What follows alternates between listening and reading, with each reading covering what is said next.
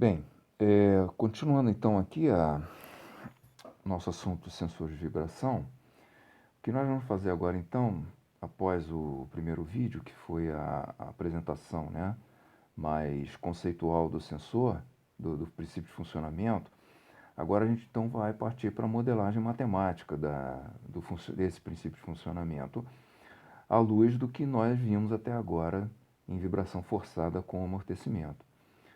Bem, então, o que nós temos aqui, né? Nós temos a aqui, né?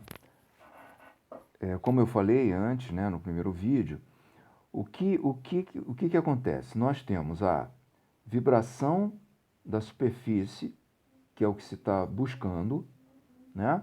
Nós temos a vibração da massa no interior do acelerômetro, do sensor, e nós temos a vibração relativa, né? Ou seja, é a vibração do acelerômetro menos a vibração da, da superfície, que é o que efetivamente o sensor, o que o sensor mede, o que a eletrônica do sensor está sentindo. Então nós temos que trabalhar com isso aqui, né? Com essa grandeza e trabalhar no sentido de relacionar isso aqui com isso aqui, né?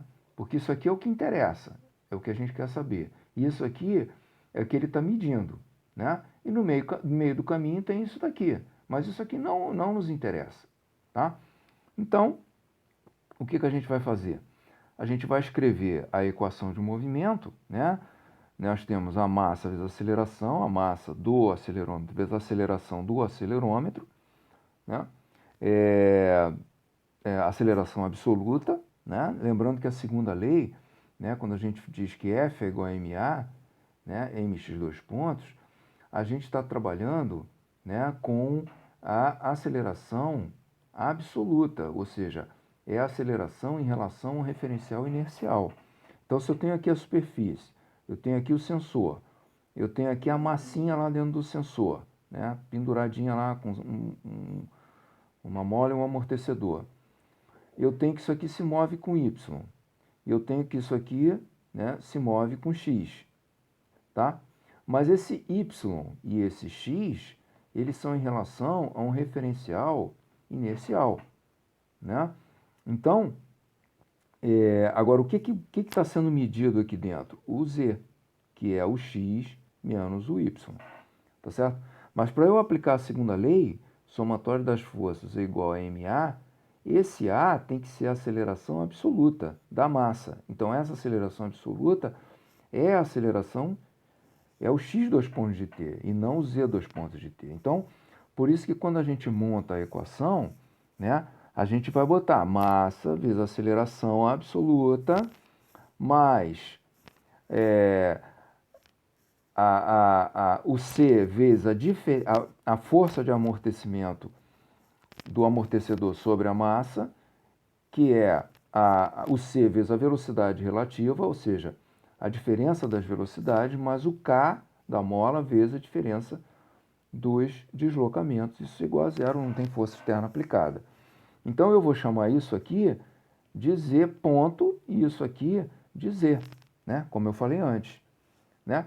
E o que vai ser o z dois pontos? Né?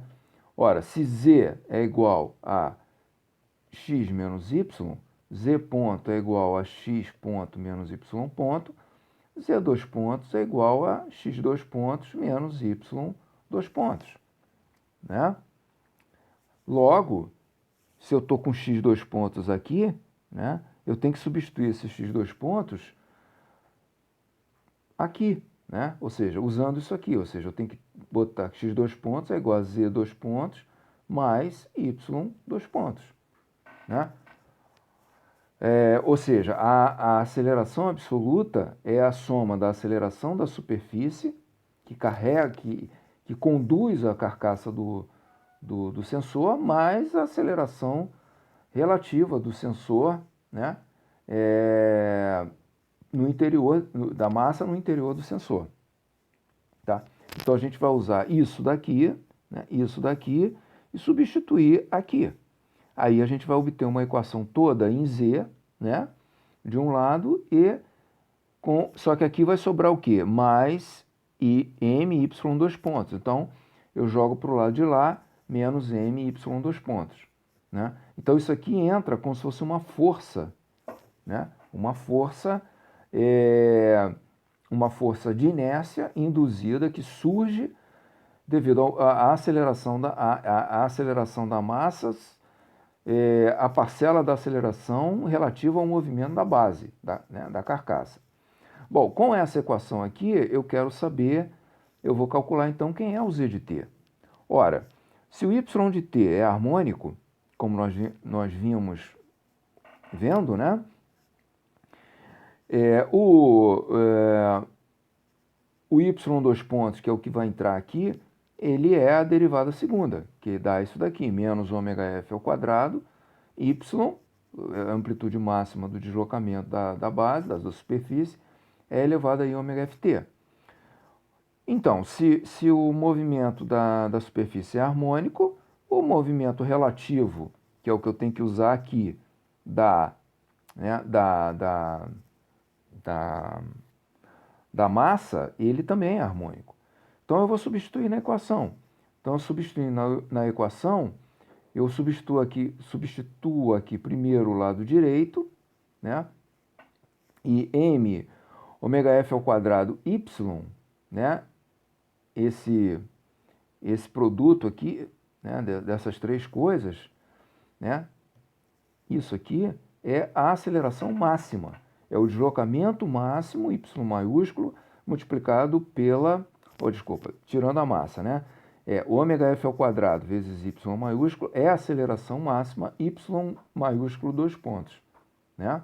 Porque a gente vai derivando, né? Isso daqui, a gente parte daqui e vai derivando até duas vezes até chegar nisso daqui. Então, essa constante aqui, né? Essa constante aqui é que é a y dois pontos máxima, né? Bom, então, continuando, o que se deseja, né? O que se deseja? O que a gente quer é a razão entre a resposta máxima em deslocamento relativo no sensor, que é o que é medido, né? E a amplitude máxima de vibração da superfície medida, ou seja, a gente quer a relação z sobre y, né? Então, z é a resposta máxima em deslocamento relativo no sensor, né?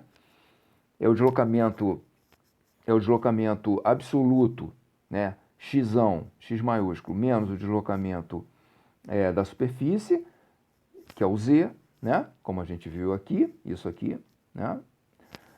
Dividido pelo deslocamento máximo da superfície. Bem, aí o que nós vamos fazer? Aqui atrás, aqui na equação, eu não cheguei a colocar, né?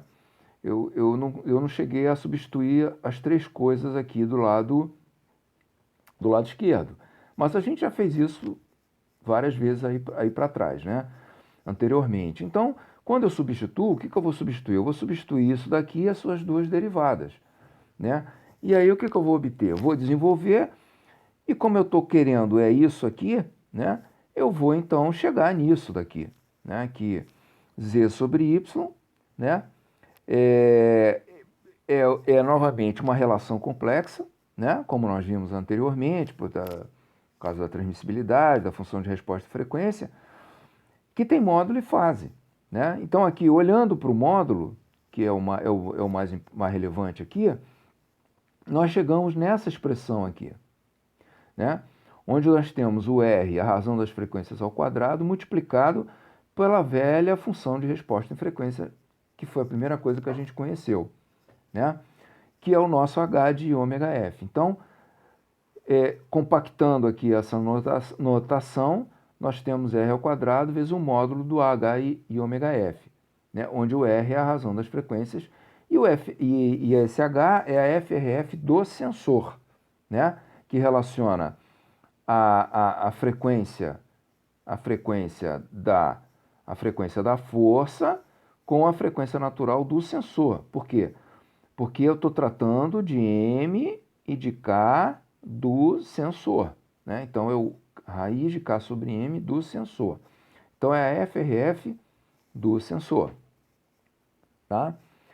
Como o valor medido pelo sensor é o Z de T, que é Z maiúsculo E ômega FT, torna-se importante ter a expressão para Z, ou seja, por que a expressão para Z?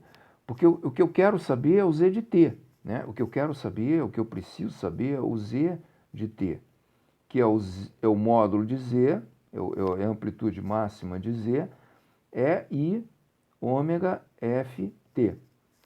Então eu preciso separar o módulo de Z. Então nessa expressão aqui, eu tenho a razão, eu tenho o módulo da razão. Então eu vou só deixar o Z sozinho. Então eu vou levar o Y para o lado de lá, agora, né? Eu estou indo no caminho contrário do que eu tenho feito. Mas é porque nesse caso eu quero saber o Z, eu quero explicitar o Z. Então quando eu levo para o Y para o lado de lá, eu fico com o módulo de Y, R ao quadrado, multiplicado pela função de resposta em frequência.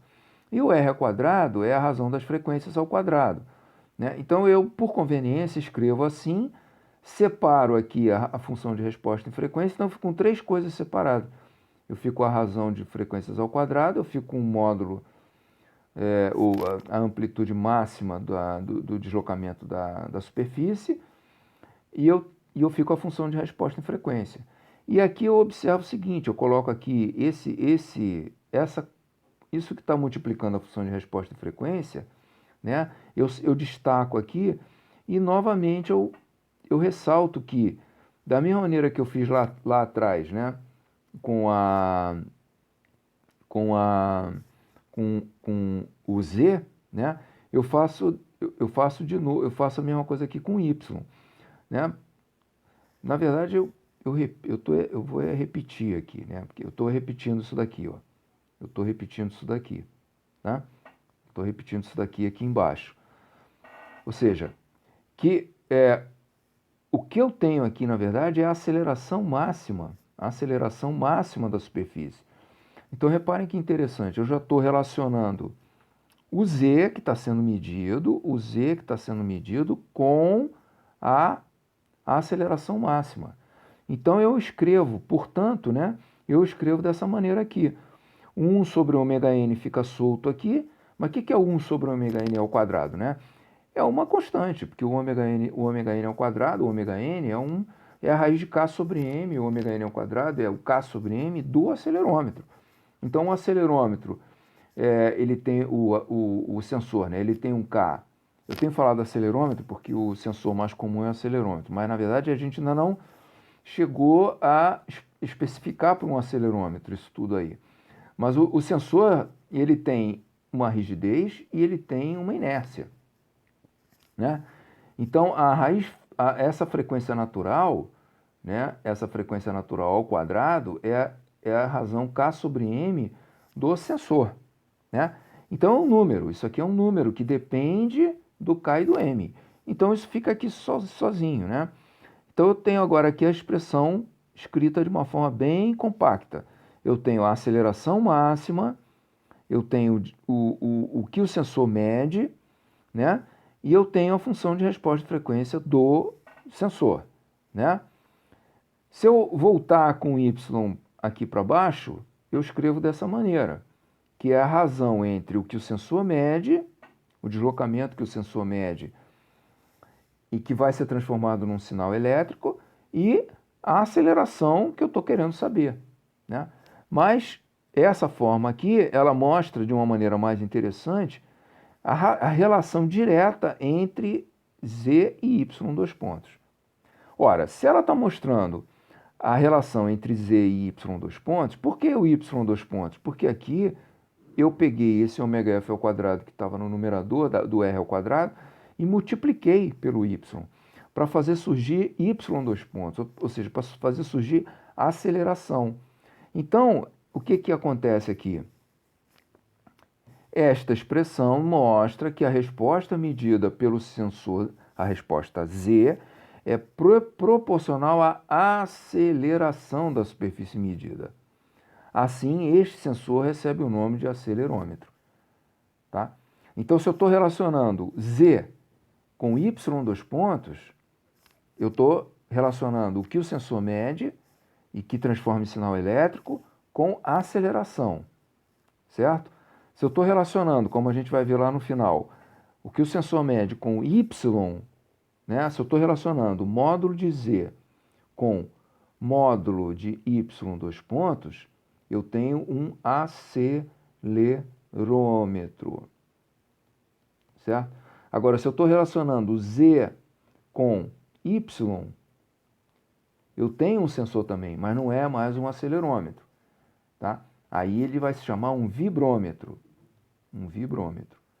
porque ele está relacionando deslocamento com deslocamento. É como se eu tivesse interessado em medir o deslocamento, mas estando interessado em medir a aceleração, eu tenho que olhar dessa forma aqui. Então, tudo depende de como essa expressãozinha aqui ela é manipulada. Ou eu deixo o ômega-f no numerador, ou eu não deixo. Se eu não deixar, eu multiplico por y, aparece o y dois pontos. Se eu deixar ela e não multiplicar, vai ficar o y sozinho, tá? Mas isso, então, a gente vai ver no final a diferença de um sensor para o outro. Então, assim, essa figurinha aqui está mostrando, né, que o meu sensorzinho lá preso, ele vai emitir um sinal elétrico através desse cabo azul aqui e esse sinal vai chegar no instrumento e vai aparecer na tela essa figurinha, uma figurinha do tipo dessa, mas o que nós temos aqui é um gráfico de aceleração y dois pontos no tempo. Bom, agora a gente vai entrar então numa complementação desse assunto que diz respeito à precisão do sensor, né? Porque, na verdade, o que acontece? O módulo de Z, né, o que ele está medindo, ele é igual a 1 sobre ômega n ao quadrado, né, que é uma constante, isso aqui é uma constante, né? Y dois pontos, módulo de Y dois pontos, vezes o H, né, de I ômega F, ou seja, vezes a FRF do sensor. Então, a FRF, ela carrega o quê? Ela carrega o zeta, o fator de amortecimento do sensor, e carrega o R, que é a razão das frequências. Então, o Z, a relação de Z com Y, ela vai estar fortemente afetada por isso aqui, pela função de resposta de frequência do acelerômetro. E, consequentemente, né, pelo amortecimento e pela razão das frequências. Então, o que acontece? Qual é a melhor situação? A melhor situação seria a relação direta. O que eu meço é praticamente igual a menos dessa constante, igual à aceleração.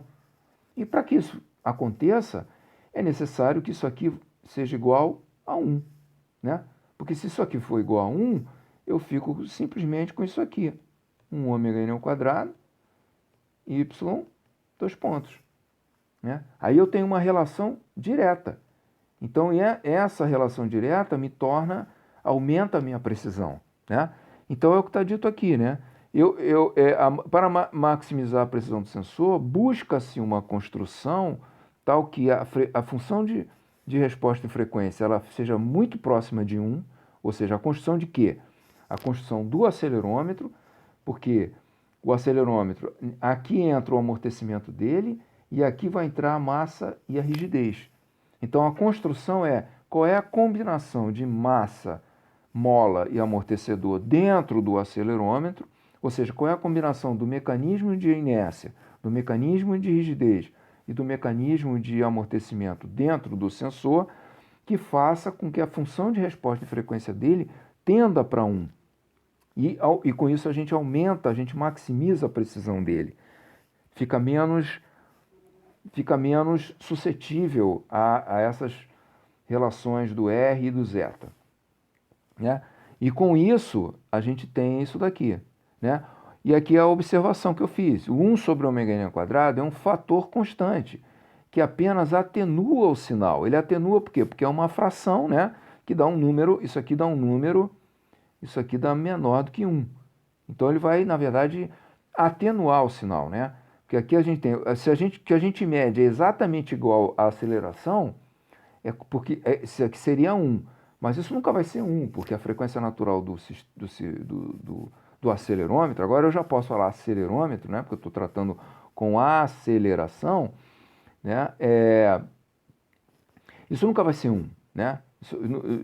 Isso pode até ser 1, mas isso vai ser qualquer coisa. Então, isso aí, na verdade, só vai atenuar. Atenuar por quê? Porque é menor do que 1, então vai reduzir isso daqui. Vai reduzir o valor real disso daqui. Mas isso ele não altera o conteúdo e pode ser compensado por uma amplificação por meio eletrônico. Então, eletronicamente, né, quando o sinal ele sai daqui, né, ele já é amplificado, né? Ao sair, ou já é amplificado aqui, ou já é amplificado, ou seja, é multiplicado pela constante no hardware que está recebendo o sinal. Mas como isso hoje em dia já é amplificado dentro do próprio circuito eletrônico, que é um microcircuito dentro do corpo do acelerômetro, né? Bem, nós vamos parar aqui para continuar no próximo vídeo, para não ficar muito longo, porque agora a gente vai entrar aqui em detalhes, nos meandros aqui das